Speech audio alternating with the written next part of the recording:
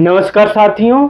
आज हम जिस कहानी को सुनाने जा रहे हैं वह किसी अफवाह पर आधारित नहीं है और ना ही किसी सनसनी के लिए बनाई गई है। यह कहानी है एक ऐसे कलाकार की जिसने पूरी जिंदगी लोगों को हंसाया, लेकिन जब खुद पर वक्त आया तो वही कलाकार सबसे ज्यादा चुप नजर आया। हम बात कर रहे हैं राजपाल यादव की, जो हिंदी सिनेमा के सबसे भरोसेमंद और पहचान वाले कॉमिक कलाकार में गिने जाते हैं। यह कहानी शुरू होती है साल 2010 से, जब राजपाल यादव अपने करियर के उस दौर में थे जहां उन्हें लगातार काम मिल रहा था। नाम था, पहचान थी और दर्शकों का प्यार भी था।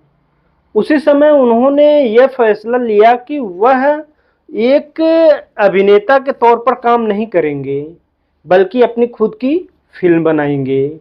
यह फैसला किसी लालच से नहीं, बल्कि सपने से जुड़ा था। उस फिल्म का नाम था अता पता लापता। इस फिल्म के लिए उन्हें पैसों की जरूरत थी और यहीं से कहानी ने एक नया मोड़ ले लिया। उन्होंने दिल्ली की एक निजी कंपनी से करीब 5 करोड़ रुपए का लोन लिया। यह कोई छुपी हुई या गैर कानूनी डील नहीं थी। यह एक लिखित समझौता था जिसमें साफ शर्तें और जिम्मेदारियां तय थी। उस वक्त किसी ने यह नहीं सोचा था कि यही फैसला आने वाले कई सालों तक चलने वाले कानूनी संघर्ष की नींव बनेगी। फिल्म बनी और रिलीज हुई, लेकिन बॉक्स ऑफिस पर फिल्म नहीं चली।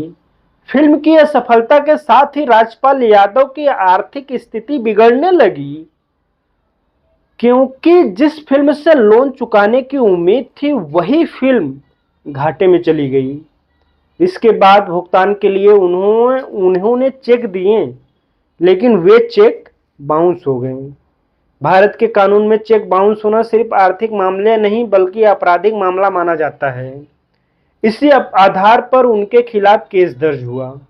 इसके बाद साल दर साल अदालत की तारीखें पड़ती रहीं, वकील बदलते रहे, समय बीतता गया। यह लड़ाई 1-2 साल नहीं बल्कि करीब 8 साल तक निचली अदालत में चलती रही। आखिरकार साल 2018 में अदालत ने फैसला सुनाया और राजपाल यादव को दोषी ठहरा दिया गया। इसके बाद उन्हें उच्च न्यायालय का रुख किया हाई कोर्ट से उन्हें राहत तो मिली, लेकिन शर्त यह रखी गई कि शिकायतकर्ता को पैसा चुकाना होगा। राजपाल यादव ने कई बार अदालत को भरोसा दिलाया कि वह भुगतान करेंगे, लेकिन उनकी आर्थिक हालत इतनी मजबूत नहीं थी कि वह तय समय पर इतनी बड़ी रकम चुका सके। इसी दौरान ब्याज और कानूनी खर्चा जुड़ता चला गया और जो रकम कभी 5 करोड़ थी वह बढ़ते बढ़ते करीब 9 करोड़ रुपए तक पहुंच गई।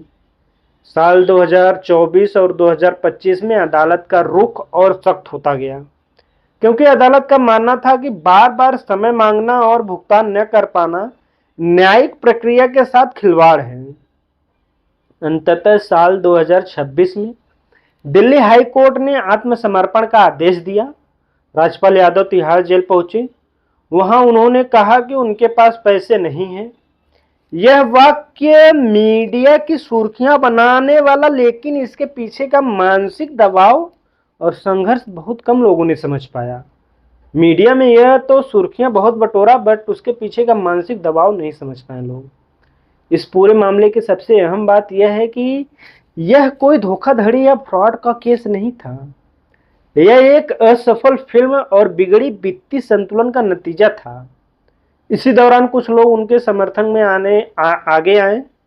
सबसे पहला नाम आता है आगे आने में सोनू सूद जी का, जिन्होंने कहा कि यह मदद नहीं, दान नहीं, बल्कि सम्मान है और किसी कलाकार को ऐसे समय में अकेला नहीं छोड़ा जाना चाहिए। इसके अलावा KRK ने भी सार्वजनिक रूप से आर्थिक मदद की बात कही। कई कलाकार और फिल्म इंडस्ट्री से जुड़े लोग ने चुपचाप सहानुभूति जताई। हालांकि राजनीतिक स्तर पर किसी बड़े नेता का कोई आधिकारिक या बड़ा हस्तक्षेप सामने नहीं आया। सोशल मीडिया पर लोगों की राय बंटी हुई थी। कुछ ने कहा कि कानून सबके लिए बराबर है, कुछ ने कहा कि बिजनेस फेलियर को अपराध नहीं माना जाना चाहिए। इस पूरी कहानी का सबसे बड़ा सवाल यह है कि क्या ये गलत व्यवसाय या क्या एक गलत व्यवसायिक फैसला किसी इंसान को सालों तक सजा दिला सकता है? और क्या सिस्टम में ऐसा कोई रास्ता नहीं होना चाहिए जहां असफलता और अपराध के बीच फर्क किया जा सके? राजपाल यादव न तो कोई देवता है और न ही इस कहानी के विलेन हैं। वह एक कलाकार हैं, वह एक इंसान हैं जिन्होंने एक सपना देखा और वह सपना पूरा नहीं हो पाया। यह वीडियो किसी को दोषी ठहराने के लिए नहीं है, यह इसलिए है ताकि आने वाले समय में कोई और कलाकार या कोई और आम इंसान वही गलती दोबारा ना दोहराए। अभी के लिए बस इतना ही। मिलते ही ऐसे ही वीडियो के साथ में आगे नेक्स्ट वीडियो में। बने रहिए हमारे साथ। बाकी कमेंट करिए, लाइक करिए, शेयर करिए और बताइए वीडियो आपको कैसा लगा, आप किसके राजपाल के सपोर्ट में हैं या नहीं। बाकी मिलते हैं अगले वीडियो में, तब तक के लिए जय हिंद, जय भारत।